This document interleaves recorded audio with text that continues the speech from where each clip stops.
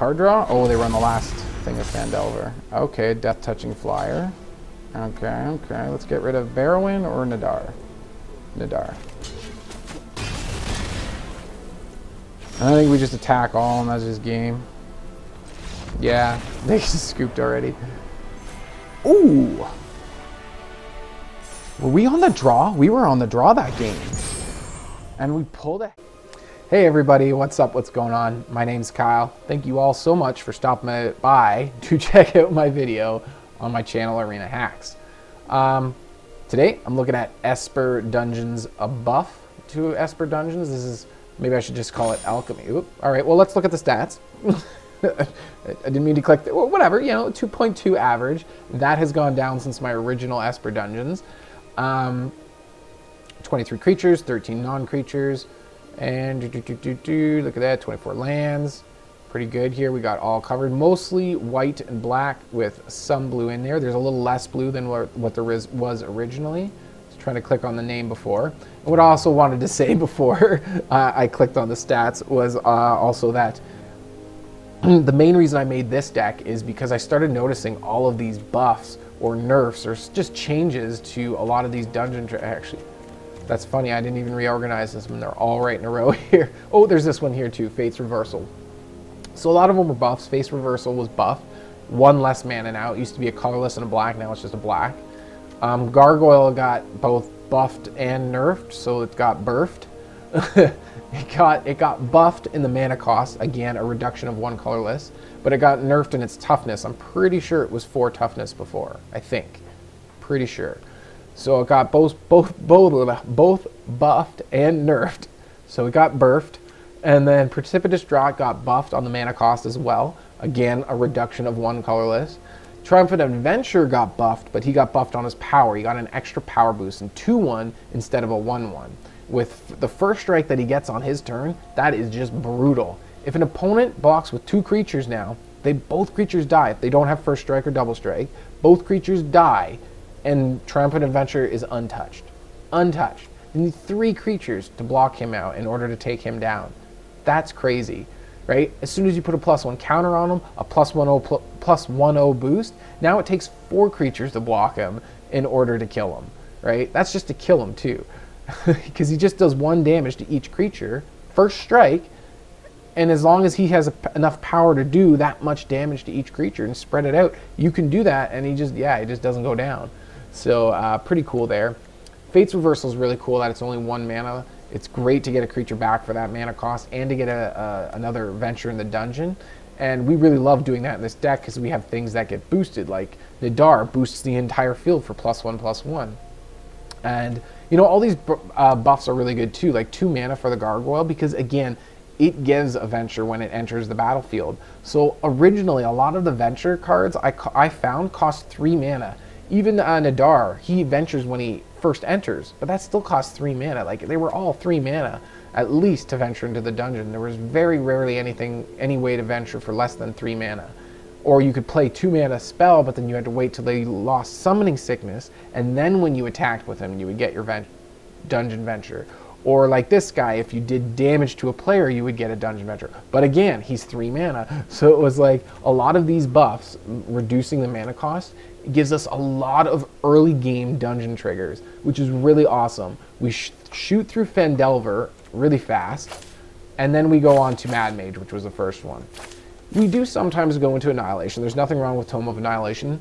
We need to be in the right position to do that. You can wind up killing yourself if you enter this dungeon at the wrong time, right? So basically, I usually try to save this dungeon if I'm trying to close out the game. If I'm in a good position, I've got lots of cards to discard or sacrifice. That way I don't take much damage from these rooms in this dungeon. Plus we get a 4/4 Black God creature at the end with Death Touch, which is just awesome. But as we're going through, we're hoping to make our opponent either lose more stuff, or if they don't have any stuff, they're starting to lose life. And we just close out the game with it. That's mainly what I do with Annihilation. Never go into Annihilation thinking that it's the fastest dungeon. The reason being, that feels good. I needed that. Anyways, the reason being, if you pay close attention, it's not any faster than Phandelver unless you go through the oubliette. Oblia, I don't know how to pronounce that. Anyways, and nobody ever does that because it's just all bad news for you. It doesn't damage your opponent at all. It's just the faster way, and it's only one venture faster. One of the biggest things of all these buffs is that we have cheaper ventures now. We're venturing for 2 mana, 2 mana, 1 mana we're venturing, right? 1 mana we're putting this on a creature that doesn't have summoning sickness and venturing with it, right? Attacking with that creature and venturing, right? Hama Pashar, we get, or Pashar, we get double, this is not double venture triggers, this is double dungeon triggers. So whatever room you're entering, you do that exact ability twice. That's it, you're not venturing twice, that's different. You're going into a room and then another room. This, you're just getting the same room twice in a row. We got some removal here with Skyclave Apparition and a pair of portable holes. A couple Barrowins, it's just clunky at 4 mana. Could put more in there if you like them that much. But he's great, he has another venture immediately when he enters, helps you get through a dungeon. Once you're already through a dungeon, when he attacks, we're getting, because he's the only one for 4 mana, you get a creature with 3 mana or less. That is every creature we have in this library except for Barrowin himself, right? Really awesome stuff. It's a lot of fun when you get your dungeon triggers going and things get happening, and you get flying gargoyles when your dungeons are done. You get +1 boosts to everybody when your dungeons are done. You start bringing creatures back when your dungeons are done. So getting a dungeon done quick is important, as I was saying before as I was talking about Annihilation. But Fendelver is a nice way to do that. If you look at it, 4 ventures you're already through, same as Annihilation, unless you're going through the Oubliette, and nobody ever does. So I always go Fendelver first, Mad Mage second, or maybe Annihilation second if I feel I'm in the right position for it. I'm telling you, Annihilation is great, but only if you have the right timing for it. It has to be the right moment to enter it. And sometimes it feels like the right moment, and then it's not, and then you're like, oh crap, oh crap. So yeah, so I basically went over the deck, talked a lot about these new boosts here, nerfs and burfs and stuff. Buffs, nerfs, and burfs. Buffs, nerfs, and burfs. I wonder if I put that on the thumbnail for this video. Buffs, nerfs, and burfs. But yeah, changed the mana base a bit. I did change some of the cards. I believe this was a blue one. Yes, there was a 3 mana flying blue creature, and I think I had 3 of them in here. I can't remember their name. And it would give a dungeon trigger when it entered, and if I had finished a dungeon at the beginning of combat, I could make something a 1/1 flying bird, and it still maintains all its abilities and everything. So I could make Triumphant Adventurer a 1/1 bird, right? But it still has its death touch. It still has everything, right? Maybe, or does it lose it? No, it doesn't lose abilities because you still get ventures. I used to do it to Nadaar, make him a 1/1 flying bird, so I could attack my opponent and get my dungeon venture, but not have my opponent block and kill him, right? I remember doing stuff like that. So I took him out and put Gargoyle in instead because he's 1 mana cheaper. You do get the venture on entry, and I just like him better. You know, you're not reducing the power and toughness of your guys to 1/1 birds. You're getting a guy who grows to a 3/3 flyer. No, he's not flying at first, but he grows to a 3/3 flyer when you finish a dungeon, which is like all we do. We're just going through dungeons so fast. Fendelver like crazy. Mad Mage we go to next just because it's awesome. It's so awesome. The triggers in it are just amazing. And yeah, so that's the deck. I changed some lands here. These used to all be pathways. These were the white-blue pathways. These were the black-blue pathways. I kept these the same because they're main 2 colors, black and white. And we want that untapped, and I don't want any more than 8 tap lands in the early game. These are tapped in the first 2 lands. After that, they're never tapped. So I was like, with 8 lands that are tapped early, I should be okay to play a tap land on my first turn, any one of these untapped lands on my second turn, and then third turn, it doesn't matter. From that point onward, everything's untapped. So I'm like, with 8 lands that do that, I think I should be safe to never play a tap land except for my first turn. I should be safe to do that. And we're almost never playing anything on our first turn unless we go second and we have a portable hole. One of our 2 portable holes in our opening hand. Other than that, we're never playing Fly or Fate's Reversal on our first turn, so we're really hoping to get one of our 2 drops. Preferably our creatures. We have 8 of them. I know there was one game I was complaining with how infrequently I saw them early in my opening hand, and it was kind of crazy. But even a Precipitous Drop is great to get in your opening hand, because -2 and -2 on this creature is pretty great in your first 2 turns. weakens the creature, possibly kills them. And if it doesn't, it'll reduce them down to like a 2/2 or a 1/1, right? So it's really helpful. And then when we finish a dungeon, the creature probably will die at -5, -5 then, right? Because it's an enchantment, it sits on the creature, and as long as it's on the creature, and when you complete your first dungeon, it'll just go from -2 to -5, and the creature dies. So now I think I went through everything, went through all the changes, all the nerfs, buffs, and burfs, and yeah, let's go check out the gameplay, that crazy dungeon gameplay. But before I get to the gameplay, remember to like the video with the thumbs up down below. Also subscribe to the channel if you like what I'm doing. It helps you see more of it in the future and keep up with what I'm doing. And yeah, make sure you comment if you like the video as well, and let me know what you think of it. So let's go check out those games.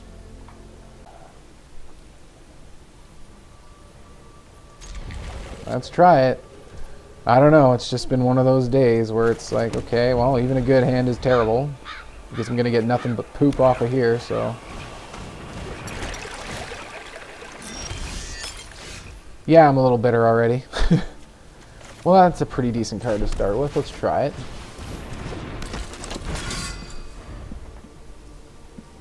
Right into their immediate removal, right? Maybe I should have went Cloister first. I was gonna say, if we get attack in with it, that's on our third turn. That's 2 dungeon triggers, which is really nice. Right. Trigger from him, trigger from Gargoyle. We can even just do Nadaar for the second trigger because we have the 3 mana. We want to go aggro on him? No, let's go Fendelver first. Another one of these guys? I think we want mana.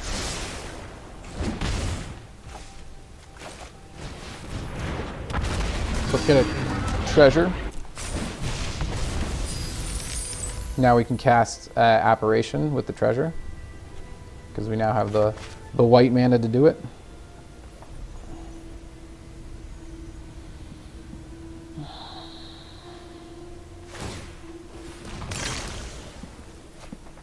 What did they discard? Dominating Vampire. Target with mana value, number of vampires, okay. That's what I was begging for last game. Like, come on. Well, let's just attack in, get some dungeon triggers. We'll totally finish off this dungeon here.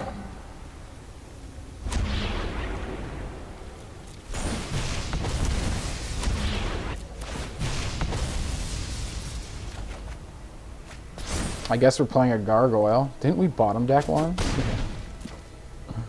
How many do I have? 4, I think, so. I guess that's what we're playing, because we have so many of them.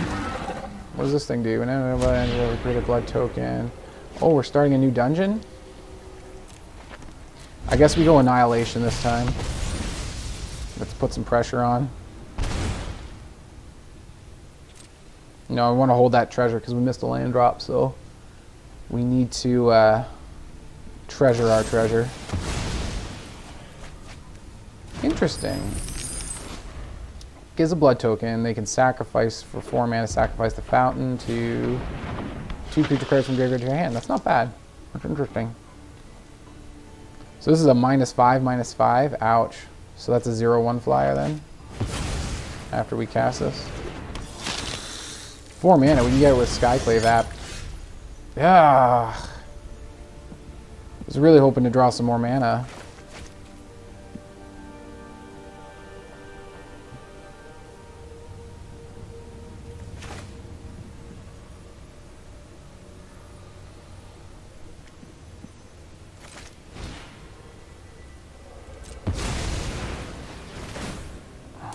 So we get a blood token, fry this thing, or exile it.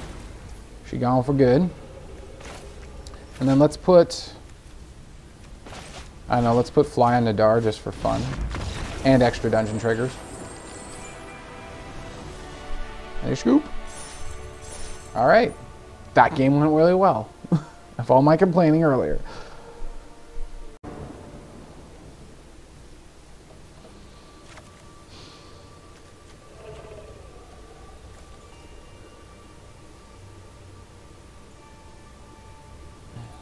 I like that we have some removal early game. It's really risky though. We only have 3 drops for creatures. No blue. I do kind of like it though, like the Fate's Reversal, the Fly with Nadaar. We do have the Precipitous Drop if they go aggro. You play that on our second turn. Probably kill something for -2. We do not go first though, that's pretty brutal. Oh, I like this with combined with, you know, Death Touch, you get a kill, but you bring it back, get more dungeon triggers.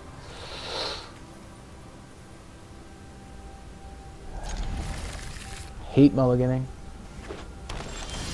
I hope this doesn't come back to bite me.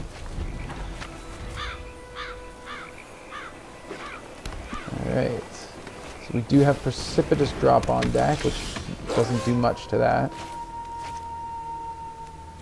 Oh, that's not good. Do we do it anyways and get a scry from Phandelver? It does reduce their damage output. It will die eventually when we finish a dungeon. So, it's 2 mana, let's try it. Hit Phandelver, get a scry.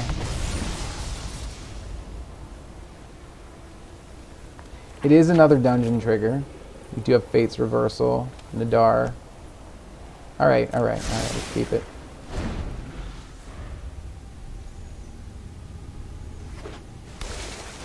Do we do Gargoyle first, or I think we do our Death Touch guy first.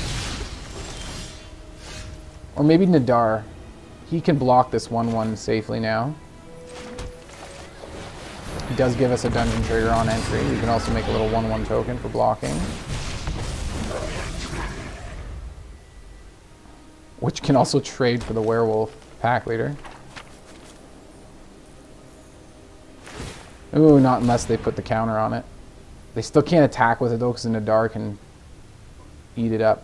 Unless they have a Snakeskin Veil, which they might. If they attack with it, they clear. Oh, they just have a Blizzard Brawl. How come I never see Blizzard Brawls that often in my mono green deck? Are you friggin' kidding me? Wow. Here you go. Here's the game in your lap. Better not be. We better turn this around. They're down to 2 cards already. So, man, we got a good mix of mana colors out here. I love these lands that can do, other than the pathways where you choose. I mean, I've been saying this ever since Zendikar came out, but it's like these lands where you can always create one or the other, not choose when you play it and you're stuck with that for the rest of the game. We do get a dungeon trigger here. I don't think we go this direction just because I really want more dungeon triggers. Could put a +1/+1 counter on something, on this guy. Yeah, he'll get the extra toughness. And then we Fate's Reversal Nadaar, and that's 2 dungeon triggers. We could do that. Alright.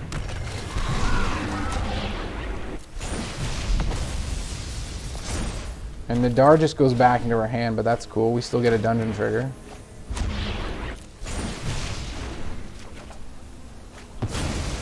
Nice. That is almost perfect.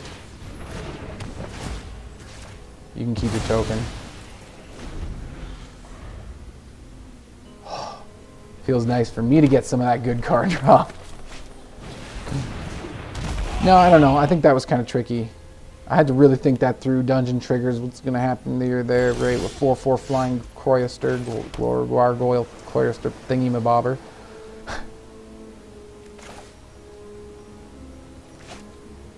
And what does this guy do? 3 less from your to the battle when you complete a dungeon. Whenever he attacks after you've completed a dungeon, you get stuff back. 3 or less. We've already completed a dungeon. We can't go Annihilation. Or do I put a blocker for their elephant?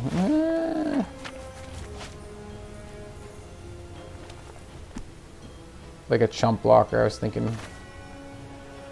Yeah, maybe we go that way. We don't get a dungeon trigger, which sucks. But we get a really good blocker.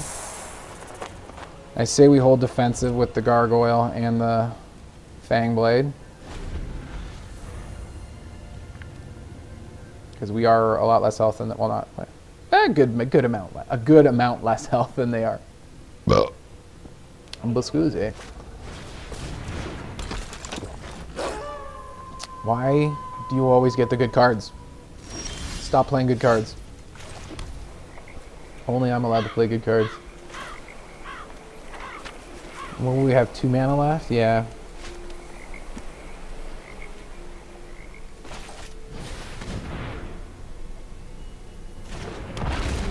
We completed a dungeon, so these guys all get bigger. So let's go Mad Mage. We can't go Annihilation because they're ahead of us on health points. It's just, it's not smart to go Annihilation at this point. I don't think, anyways. I still want to leave our Death Touch for a blocker. It's a pretty scary blocker. I think we attack with... I should have put Fly on it or something. Because now it's not going to get any dungeon triggers. But if we put Fly on it, even though it's already got Flying, it'll, when it does damage, we get dungeon triggers. So we still have our Death Touch blocker here.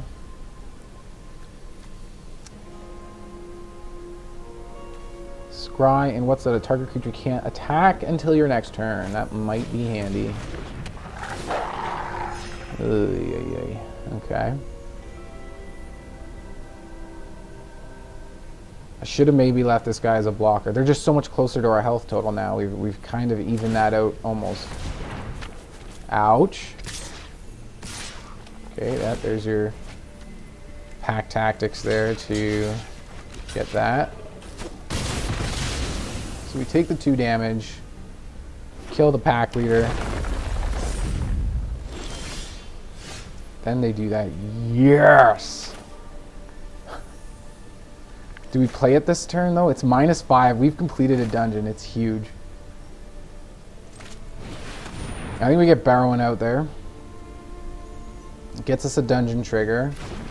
And when he starts attacking, if we can keep him till next turn, we're going to start getting our creatures back, like our Death Toucher there, our Yuan-Ti or whatever.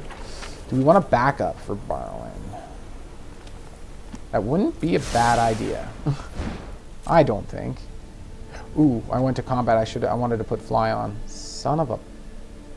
Shit. I wanted to put Fly on it. Damn it! What did I do? Oh, crap. Alright, let's just attack in this way again.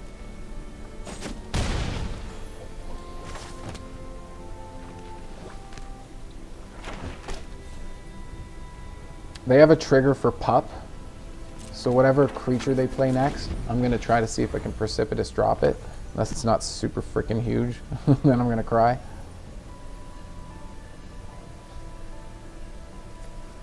Can't be bigger than 5 toughness. That's the rule. They could wake up their creature land here, their Hydra thing. That would be a 4/4. Yes, they could make it a 4/4. Oh, that's disgusting.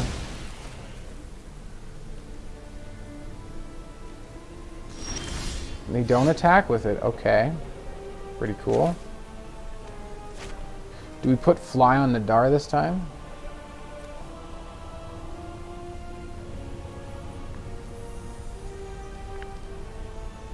We could Twisted Caverns on their Mammoth so their Mammoth can't attack us. Attack or block? Target creature can't attack until you... No, okay. But I want to Precipitous Drop it. We should probably just Precipitous Drop it, yeah. Precipitous Drop it like it's hot. Xaxes to get it. We get a trigger.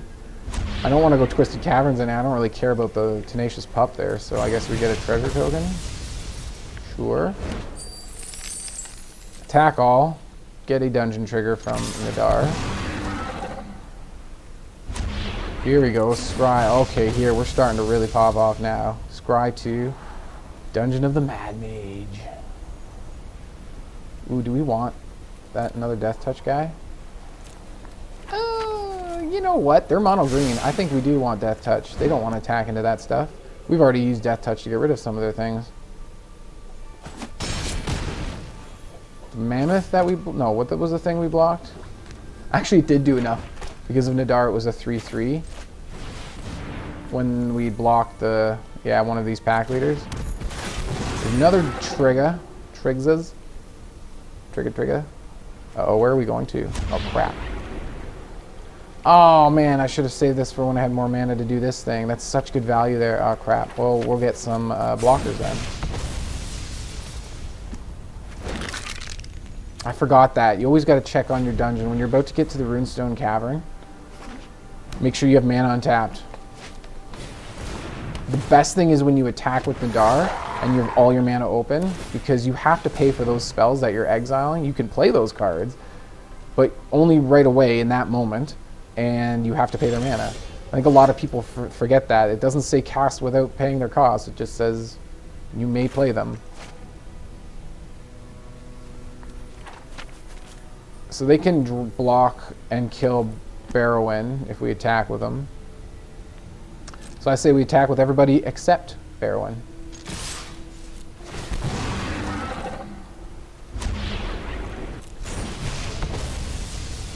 Oh, they can double block Nadaar and get them though. Let's get rid of these lands. You know what? We've seen enough of those guys too.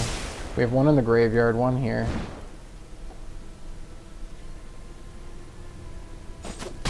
Wait, what? Oh, that's it. Okay. I think that was probably game. They could have had another blocker. I don't know, remember what they were at, so I can't figure it out now.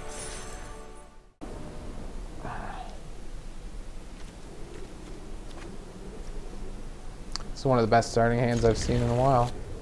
You can even give Adventurer Fly. Dungeon trigger when we declare attack. Dungeon trigger when it gets damage through. We have a portable hole. If they play something super scary in their first turn or two, we can just put it in a hole. I really do want to win, but they're already off to start with their dungeon triggers. They got something they like.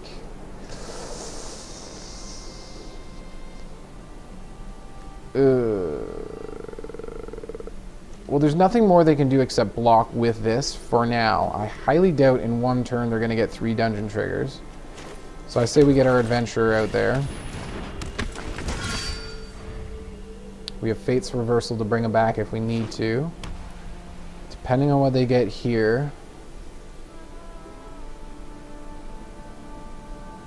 We can put that gargoyle in a hole because it's not 3 mana. It wouldn't fit in a hole before, but it does now because of the birth that it's got. The buff and nerf all in one.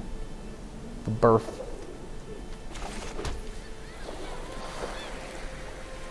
We can grab that. Oh, if I played this black, we could have grabbed it back and then played it right out again and gotten a dungeon trigger in the process.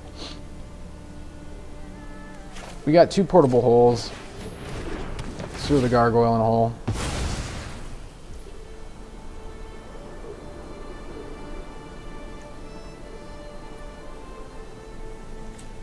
Let's just do this now, why not? Another freaking land. All of these too, all the same. So this is definitely going on black. So we got our white and our blue through here, these lands. So this goes on black for sure. Oh yeah, and of course they do. But they used a really good, really powerful removal spell on a freaking portable hole. Which is kind of nice to drop. Oh my god, gargoyles or what? Play this on black. Fate's Reversal, get our dude back. That's a nice thing to see right now too. It's a really nice thing to see. I say that's the play we do. We need to start getting into our dungeons sometime as well. Let's get a scry on. No.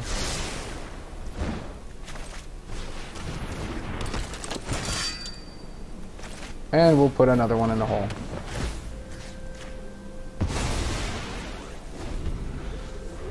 Alright, that wasn't a bad turn.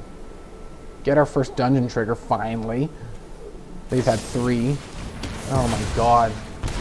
Like, what the hell? Like, every time we play it, it's dead before it even comes back to our turn. Should I even play this one? Is it even worth playing? Well, let's get rid of their gargoyle. They're really getting frustrating with their removal. So let's try ours and play a second Triumphant Adventurer, which we just drew, to be super annoying to their super annoyingness. I was going to say, don't you dare have another thing. We can put Fly on Apparition. That way we can attack over Nadaar and get a dungeon trigger with it.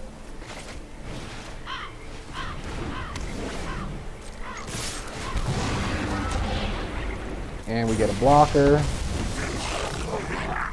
We don't want their Nadaar doing damage. Here's another trigger from here. Yes. Put the token here. I don't care about our little chump blocker there. Just makes this guy harder and harder to block if the more power he has because of that first strike. Unless, of course, the blockers have first strike and or double strike. Well, or doubles. I don't know how it'd be. Oh, you can have first strike, and I've seen creatures with first strike and double strike before. I mean, one negates the other, but you can still have both. It's two separate abilities. They can have one of each. Yeah, that's why we created it, to block damage. Block the damage. Oh, yes! Yes! Oh, man. This is how my opponents were beating me earlier today, just drawing everything they need. Here's more cards for us. Oh, man, it'd be nice to have that out, get double trigs. This would be a double trigger right here. Oh. Do we go aggressive with Annihilation or Mad Mage? I think we go aggressive. Let's try it. Double triggers too on Annihilation. What am I thinking?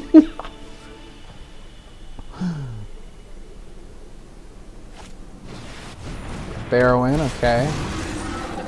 Scoundrel. So what are they there? They already finished because they were ahead of us and now they're on their first room. So they just went into Phandelver a second time. Blocker on the ground. Almost have to attack with Nadaar. Gotta get that dungeon trigger, and I suppose I could double block and then we lose Hama. So let's take a look at our dungeon. So you know, Vials of Fear, discard. We have to discard a card or lose 2 life. No blocks. Okay.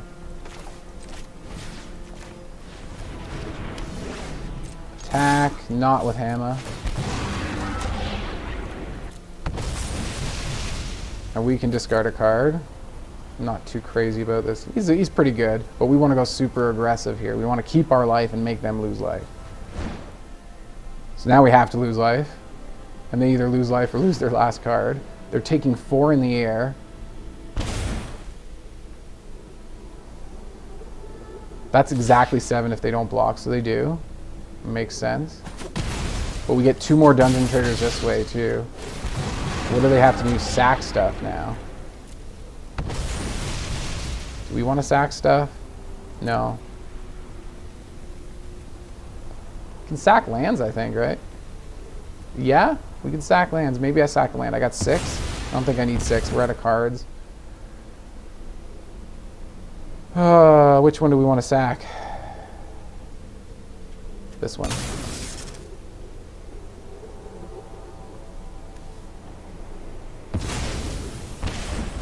Oh, we get 2 of these guys too. Which, yeah, one. Yeah, they're legendary, right? So they're at 1 health though. We got flyers. They are on the freaking ropes. They can get dungeon triggers. They can get a creature back, a Barrowin too. Yes, yes, yes.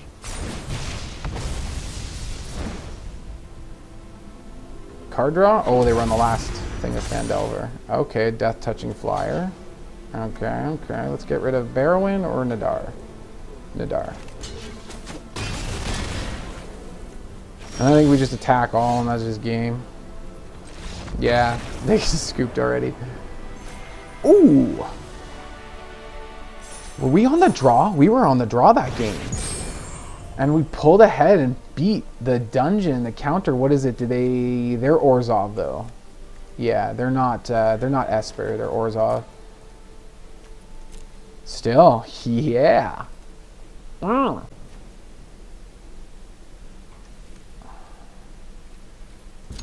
we get to go first. Ooh, I didn't really pay attention that we don't have any white mana. Although white mana is what we have most of in this deck, so right? I think so. Oh yeah.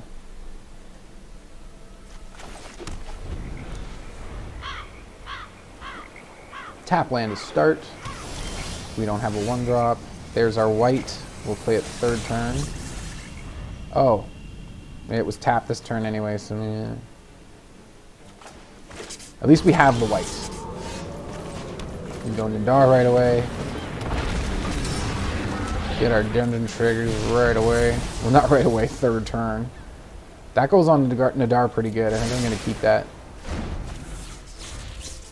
We can do a Triumphant Adventurer and fly, or we can do Yuan-Ti and fly. Or they're going to kill our guy. That's sad. It's very sad. You're making me sad, sir.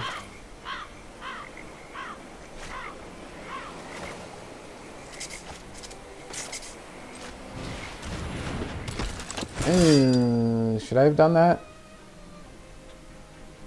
No, we'll give him the option to block.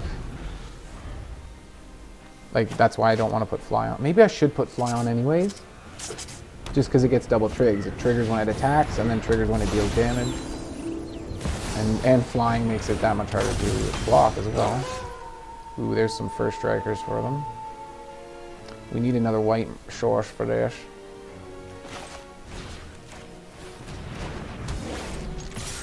So here's double dungeon trigs. What do we want? Treasure? Yeah, let's go treasure so we have double white for Skyclave Apparition. We'll get rid of that thing.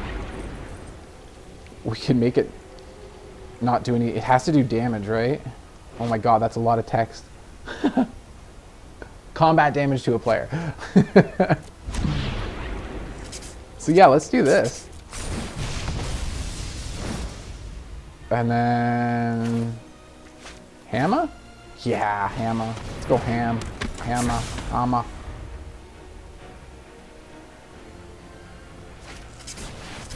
Ooh, this got haste, doesn't he? And menace. That's disgusting. Well, that's shitty. Deals 1 damage to any target. Disgusting. Are we done a dungeon yet? Not yet. But we can be. They still have Rahilda. That's going to take one of our white. No, we use this. And we can still use Skyclave Apparition. And that's our last dungeon trig to make this -5/-5. Yes, another one. Yes! It's busted being 2 mana for that stuff. We get double card draw because of Hama. I didn't even... Oh man, totally forgot about that. And then get rid of Rahilda here. We do not get to loot our library. Not fair. 2 card draw from that last level of Fendelver. Ugh, you disgusting punk. Yeah, of course you do. At least they don't get Rahilda back. That's the great thing about Apparition. Unlike the other creature exiles, whenever that creature dies, people get their exiled cards back. Whereas with Apparition, no, you just get like a little thingy. You just get a little token. We should probably get rid of this. We are done a dungeon. So what do? Go full aggro with Annihilation? I don't think we can afford Annihilation yet. They are ahead of us. They're aggro and they're ahead of us in life total. So let's gain a life. 2 life because of Hama. Boom, boom. No, let's Precipitous Drop their haste guy, or their guy that gives everybody else haste. Another dungeon trigger. Double scry because of Hama. We don't need... Ooh, maybe I should have kept that. Oh no. I forgot that I only had 1 white source and I used a treasure before. Shit. I have to put that away now because I need that white source. I shouldn't have thrown that away. Son of a bugger. Can we attack? We should be fine to attack this. They have no mana open, so yeah, we should be okay to do that. Treasure token, can't attack next turn. Yeah, we do this, we can create treasure tokens. Yeah, I like that. Oh, but do we get back Skyclave or do we get something else back? I think we get back our removal. And treasures, because now we can play it with the treasures.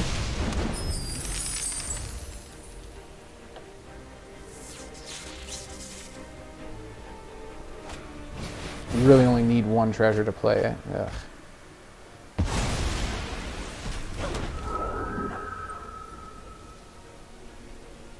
So what do they have? 2 mana left. Do we want to trade or try to race them?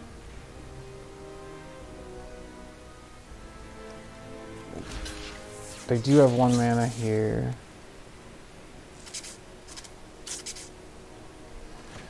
Yeah, they're going to be able to cast that. Let's go this way. Because they can use this to do 2 additional damage to something, and they have the mana for it.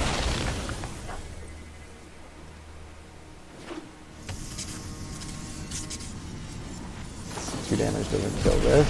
They do 2 damage to my face. Right to the face. That hurts.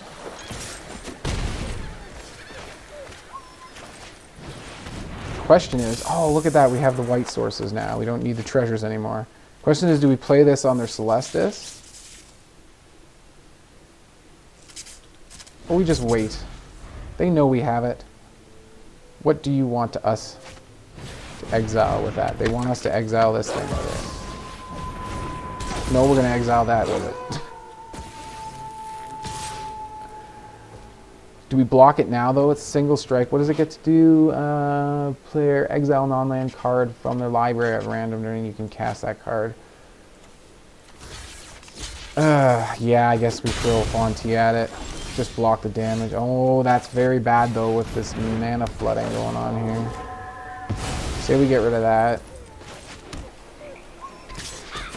Try to keep getting damage in.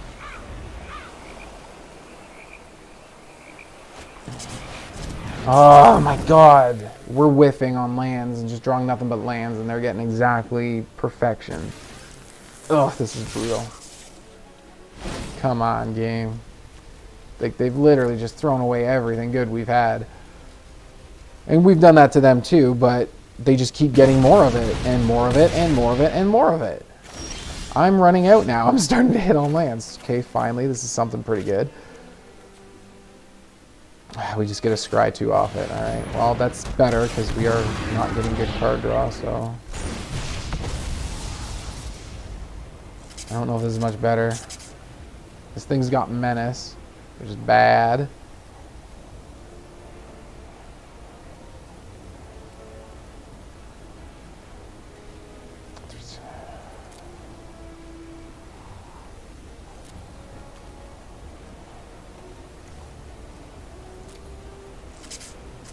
Or do we keep fly?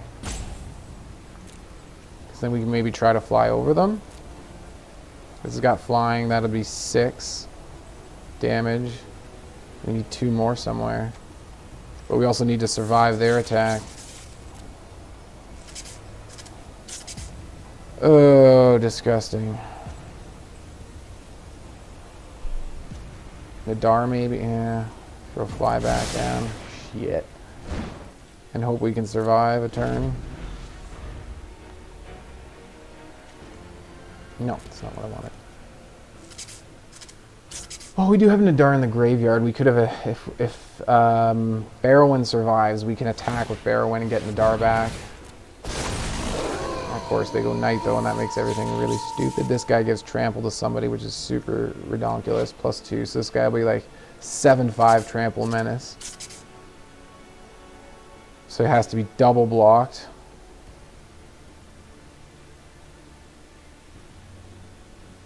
And even then, yeah, yikes.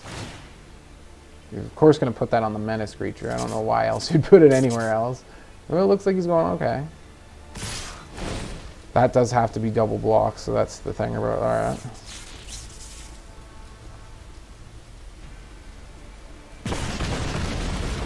course they, oh yeah, right. That stupid ability. Doesn't even matter anymore. That's just lethal. Whatever, man. Wow. Okay. I liked how that all went. I forgot to pull up the stats, but I pretty much remember them, I think. Though I lost the first game, so I didn't start with that. I don't like starting with a losing game. So I lost the first game, so you didn't see that. And I think you just saw however many games it was after that, 5 games. So what was it, like 4 wins and a loss or something like that? I can't remember how many it was at this point. But yeah, it went pretty well. So there was 2 losses out of, what, 6 games. That's not a terrible win rate. And it's fun. I've always loved dungeon decks.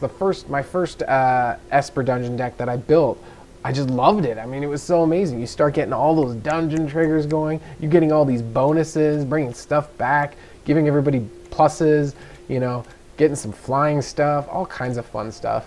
And yeah, and now it's lower mana, so we're doing it faster, we're doing it more efficiently, and it's just freaking awesome. I think it's freaking awesome.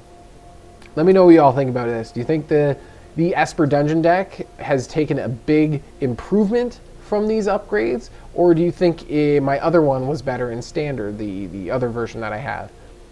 Let me know in the comments. I'd like to hear from you. Support the channel. Thumbs up. I'm like, what's that thing there? Yeah, thumbs up. Subscribe if you haven't already. All that stuff. You know, leave a comment. Tell me about all that stuff I just asked you about. Let me know what's going on. I'll see you all in the next video. Cheers.